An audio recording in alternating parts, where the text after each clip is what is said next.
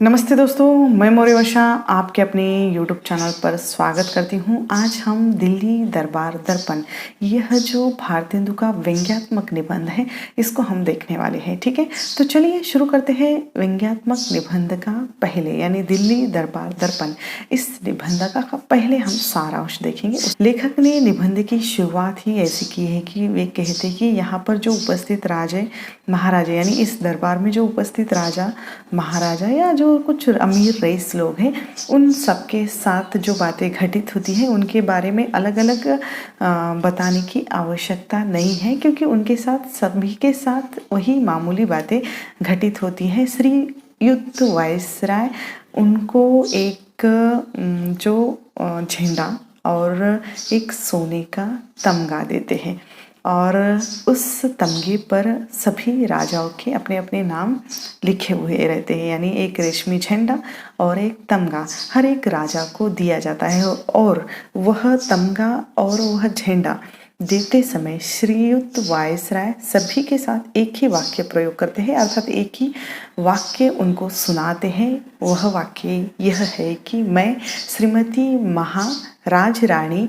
की तरफ से या उनकी तरफ से ये झंडा और तमगा आपको तोहफे में दे रहा हूँ, और उनकी हिंदुस्तानी पदवी का जो ये समारंभ है हमेशा के लिए यादगार या याद जो यह है वह यादगार बन जाएगी। और जब भी यह झंडा खुलेगा आपको अंग्रेजी शासन व्यवस्था की याद आएगी, उनका मान सम्मान याद आएगा, और सरकार की यह इच्छा है कि अपनी कुल को प्रारब्धी, प्रतापी और जो कुछ अचल बनाने की जो इच्छा है वह पूरी हो, और महारानी श्रीमती की आज्ञानुसार यह जो तोहफे में या यह जो भेंट आपको दी जा रही है, ऐसा श्रीयुत वायसराय हर एक राजा को वहाँ पर झंडा और तमगा देते समय कह रहे हैं। अब आज्ञानुसार वह तमगा, यानी वायसराय यह भी घोषणा करते हैं, यह आज्ञा भी देते हैं कि वह जो तमगा दिया हुआ है वह सभी ने पहनना है, पहनने की आज्ञा भी देते हैं। और यह कहते हैं कि तमगे को बहुत दिन तक, यानी यहाँ से अभी जब तमगा मिला है तो यहाँ से बहुत दिनों तक आपको वह तमगा पहन के ही रहना है, क्योंकि आपके कुल तक को यह शुभ दिन याद दिलाना चाहिए। यानी भारत में रहकर ब्रिटिश शासन व्यवस्था किस तरह भारतीय लोगों को तोहफे देकर या तमगे देकर विश्व में भी राज करने की उनकी नीति किस तरह है, ऐसा भारतेंदु ने यहाँ सोचा है, और उसी तरह उन्होंने व्यंग्य किया है कि किस तरह इनकी नीति है कि आगे भी यह भारत पर या हिंदुस्तान पर राज्य करना चाहते हैं। दिल्ली दरबार दर्पण, इसका अर्थ ही यह होता है कि महारानी भारत में अपने देश में आई है, वहाँ उनके पदवी समारंभ का कार्यक्रम है, और उस कार्यक्रम में महाराजे राजे बहुत सारे लोग वहाँ पर उपस्थित हुए हैं, उनको सम्मान मिला है, और उसी समारंभ को लेखक ने दरबार यह शब्द प्रयोग किया है, और दिल्ली में यह समारंभ होता है, इस कारण उन्होंने दिल्ली दरबार दर्पण, दर्पण यानी आईना हमें दिखाने की कोशिश की है। ठीक है, यह एक प्रकार का व्यंग्य है। अब हमारे यहाँ बहुत सारे राजे महाराजे होकर गए हैं, जिसमें शेख राजाओं को एक ही तमगा मिलता है, झंडा नहीं मिलता है, और उस पर एक हाथी जिस पर घड़ी, जड़ाऊ, गहने, बहुत सारे आभूषण और 25,000 की चीज़ें तोहफे में मिलती है। जो सरदार इनके साथ आते हैं उनको भी जो किस्त में या किस्तियों में उनको भी कुछ 10,000 रुपये दिए जाते हैं। अब लोगों को ये जानने की उत्सुकता होती है कि जो खां का रूप है, यानी शेख खां का जो रूप है या वस्त्र कैसा था। लेखक कहते कि निसंदेह जो वस्त्र था वह उनके साथियों से अच्छा था, उनके साथ जो साथी आए थे उनसे वह वस्त्र अच्छा ही होगा क्योंकि वे राजा हैं, लेकिन तो भी उनके साथियों की जो शोभा उन मुगलों से बढ़कर नहीं थी जो बाजार में मेवा बेचते हैं। यानी लेखक ने यहाँ पर भी करारा व्यंग्य किया है कि उनका व्यवहार या उनका जो वस्त्र या उनका जो रहन सहन कैसा था और उनकी जो शोभा थी, वह जो मुग़ल लोग थे वह बाज़ार में किस तरह मेवा बेचने वाले के जो जिस तरह कपड़े रहते हैं उसी तरह इनके कपड़े दिखाई देते थे। ठीक है, फ़र्क सिर्फ इतना था, यानी खां साहब में और उन साथियों में फ़र्क सिर्फ इतना था कि खां साहब की जो दाढ़ी है बहुत बड़ी हुई थी और इस कारण उनका जो चेहरा है बड़ा भयानक ज़रूर लग रहा था और उन्हें झंडा न मिलने के कारण यह समझना चाहिए कि वे बिल्कुल स्वतंत्र हैं। यानी उस समारंभ में या उस दरबार में उपस्थित जितने भी लोग हैं, जिनको जिनको झंडा और तमगा साथ में मिला है, वह उस सरकार के या अंग्रेज सरकार के अधीनस्थ है ऐसा समझा जाता था और जिनको झंडा नहीं मिला है वह पूर्ण रूप से स्वतंत्र है, यानी वह अंग्रेज के गुलाम नहीं है, वह अपने निर्णय खुद ले सकते हैं, ऐसा यहाँ पर इसका अर्थ होता है। और उन्हें आने जाने के लिए वायसराय खुद गलियों तक छोड़ने जाते हैं और बैठने के लिए अन्य राजाओं की तरह उनकी जो कुर्सी होती है, यानी खां साहब की जो कुर्सी होती है वह चबूतरे के नीचे रखी हुई होती है। यह जो दरबार की जो आईना है या उस दरबार की जो स्थिति है उसका भी लेखक ने यहाँ पर चित्रण किया है। जैसे लेखक कहते हैं कि दरबार का वर्णन करते समय किस तरह दरबार में कुर्सियाँ लगाई गई थी, वहाँ पर किस तरह लोग बिठाए गए थे, यह भी आगे उन्होंने वर्णन किया हुआ है। ठीक है, खां साहब का उन्होंने व्यवहार बताया है। खां साहब का व्यवहार इस तरह था कि एक प्रतिष्ठित बंगाली व्यक्ति जब खां साहब के डेरे पर मिलने जाता है तो खां साहब उनको पूछते हैं कि क्यों आए हो, तो खां साहब को वह व्यक्ति कहता है कि आपकी मुलाकात करने आया हूँ। तो खां साहब आगे ये कहते कि अब हम आपको देख चुके और आप हमें देख चुके, तो आप जाइए। यानी इतना उनका व्यवहार ऐसा तीखा रहता था क्योंकि देखने से ही वह आगे वाले व्यक्ति को भेज देते थे वापस। लेखक कहते कि वायसराय से मिलने आए हमारे राजे महाराजों के बोलचाल के किस्से भी बहुत बताने लायक है या योग्य है। दो एक हाथ जोड़कर नमस्कार करते हैं और दूसरे एक दो लोग तो पूरा अपना अंग बदन झुकाकर उनको नमस्कार करते हैं।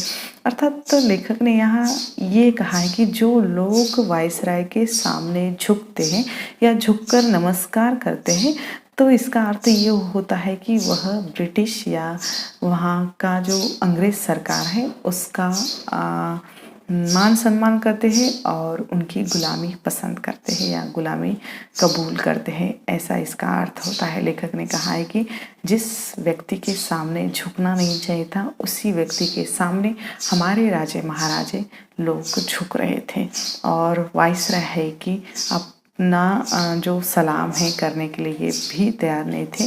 और वहाँ उन्होंने यह भी एक बात कही है कि किसके सामने झुकना चाहिए और किसके सामने नहीं, जो हमारी कद्र करता है उसी के सामने झुकना चाहिए, ऐसा लेखक का कहने का अर्थ है। तब वायसराय उनको देखकर अनदेखा करते हैं तो उनके इस व्यवहार से कुछ अजीब सा लगता है। तो वायसराय के जो सेक्रेटरी कह सकते हैं हम या उनके जो नौकर हैं साथी हैं, वह एडिकाउं जो उनकी पीठ थोड़ी सी झुकाकर उनको नमस्कार करने का इशारा देते हैं। ठीक है, कोई भी बैठकर उठना नहीं चाहता है, वहाँ दरबार में उपस्थित सभी लोग हैं, लेकिन किस तरह वह अपने मन से आए हैं, उनको पसंद है दरबार में उपस्थित होना या वह एक दबाव में आकर उपस्थित हो गए हैं, इसके बारे में कुछ भी कहा नहीं जा सकता।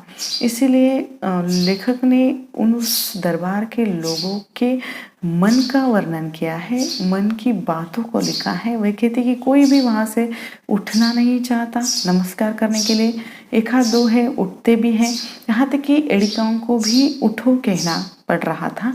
कोई झंडा, तमगा, सलामी या जो खिताब होती है वह पाने पर भी धन्यवाद यह शब्द नहीं बोल रहा था। यानी कहने का अर्थ है कि मजबूरी में कुछ लोग वह तमगा, झंडा ले रहे थे और कुछ लोग खुशी खुशी ले रहे थे। यानी किस तरह लोगों की दशा, मनस्थिति थी, इसका वर्णन लेखक ने किया है। और इनमें से दो एक वायसराय पर सम्मान न देने पर भी जान निछावर करने के लिए, अपना माल निछावर करने के लिए भी तैयार थे।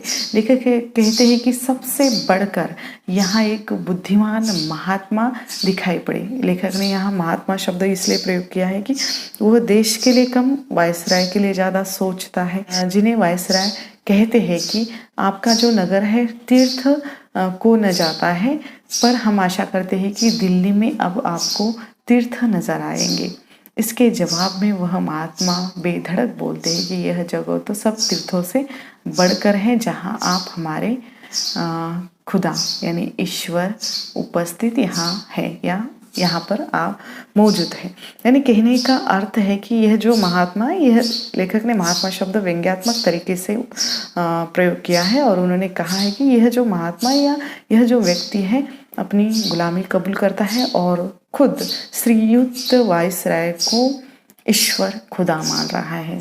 वे जहाँ पर उपस्थित है वही तीर्थ स्थान हो गया, ऐसा इनको लग रहा है। ठीक है, आगे लेखक ने नवाब जो लाहौर से आते हैं उनकी अंग्रेजी बातें सुनकर लेखक कहते हैं कि कौन हंसा नहीं, यानी सभी लोग हंस जाते हैं। उनको अंग्रेजी का बहुत शौक है। इसके साथ ही उन्होंने अपने बच्चों को या अपने लड़कों को अंग्रेजी के साथ अन्य विषयों का भी ज्ञान दिया है, जिसमें ज्योतिष, गणित, न जाने कितने विषयों का उन्होंने ज्ञान दिया हुआ है। नवाब साहब ये कहते कि हमने रईसों की तरह अपना समय खेल कूद में या अपनी जो उम्र है वह खेल कूद में नहीं गंवाई है, बल्कि जो हमारा बचपन है सारा विद्या में बीता हुआ है, पंडित व्रत करवाए हैं। यानी इसके सिवाय नवाब ने यह भी कहा है कि देशभक्ति और राजभक्ति के वाक्य भी वे कहते हैं। और वायसराय ने उत्तर दिया कि हम आपको या आपकी जो अंग्रेज़ी भाषा है उस पर बहुत प्रसन्न है और आपको मुबारकबाद देते हैं, जितना आप अंग्रेजी के समान चित्त होने के लिए देते हैं। फिर नवाब साहब कहते कि मैंने इस भारी अवसर के लिए अरबी फारसी की कुछ पद्य ग्रंथ भी बनाए हैं, जिसमें श्रीयुक्त वायसराय को सुनाना चाहता हूँ। अब यह बात सुनकर श्रीयुक्त वायसराय उनको जवाब नहीं देते कि कविता मुझे बहुत प्रिय है और मैं आपके इस भाई ब्रदर वाले प्रेम को देखकर बहुत प्रसन्न हो गया हूँ। मैं अपना अवकाश समय अवश्य कविता या आपका जो ग्रंथ है वह सुनने के लिए ज़रूर निकालूंगा। ठीक है, अब 29 तारीख का जो समय है, 29 तारीख को सबके अंत में महारानी तंजौर वायसराय के मुलाकात को आती है। उसने ताश का वस्त्र और मुंह पर ताश का वस्त्र का नकाब था। इन वस्त्रों में उनका सारा शरीर या उनका जो हाथ पांव है सब ढका हुआ था। सब लोगों को महारानी को देखने की इच्छा वैसे ही रह जाती है।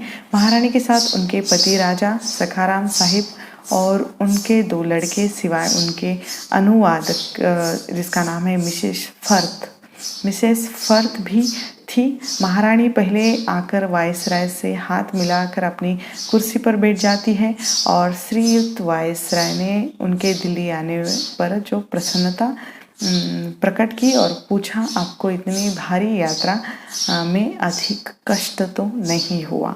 महारानी अपनी भाषा में ज़्यादा बातचीत करने में बेगम भोपाल की तरह चतुर नहीं थी, इसलिए ज़्यादा वह अनुवादक जो थी मिसेस फर्थ उसी के साथ वायसराय बातें करते हैं। और फिर आगे महारानी के मुंह से सिर्फ यह एक ही शब्द निकलता है जब वायसराय बताते हैं, यानी ज़्यादा बातें महारानी के साथ नहीं होती, उनके अनुवादक के साथ ही होती है।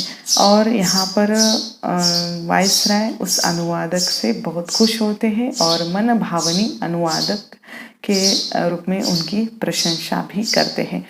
अब यहाँ पर आगे लेखक ने यह कहा है कि श्रीयुत वायसराय लोगों से मनोहर रीति पर बातचीत करते थे, जिससे लोग मंत्रमुग्ध हो जाते हैं और समझते हैं कि वायसराय ने हमारा आदर सत्कार किया है। यानी किस तरह लोगों को अपनी ओर खींचने या बांध के रखने की जो प्रवृत्ति अंग्रेज सरकार की थी वह यहाँ दिखाई देती है। और भेंट होने के बाद वायसराय ने हर एक से कहा कि आपसे दोस्ती करके हमें बहुत प्रसन्नता हुई, और तमगा पहनाते समय भी उनके पीठ पर बड़े स्नेह से हाथ रखकर वे अभिनंदन कर रहे थे। ठीक है, 1 जनवरी को दरबार का महोत्सव हुआ। इसमें 63 शासन अधिकारी राजाओं को चबूतरे पर, यानी वह चबूतरा जो था उस पर बैठने की जगह मिली थी।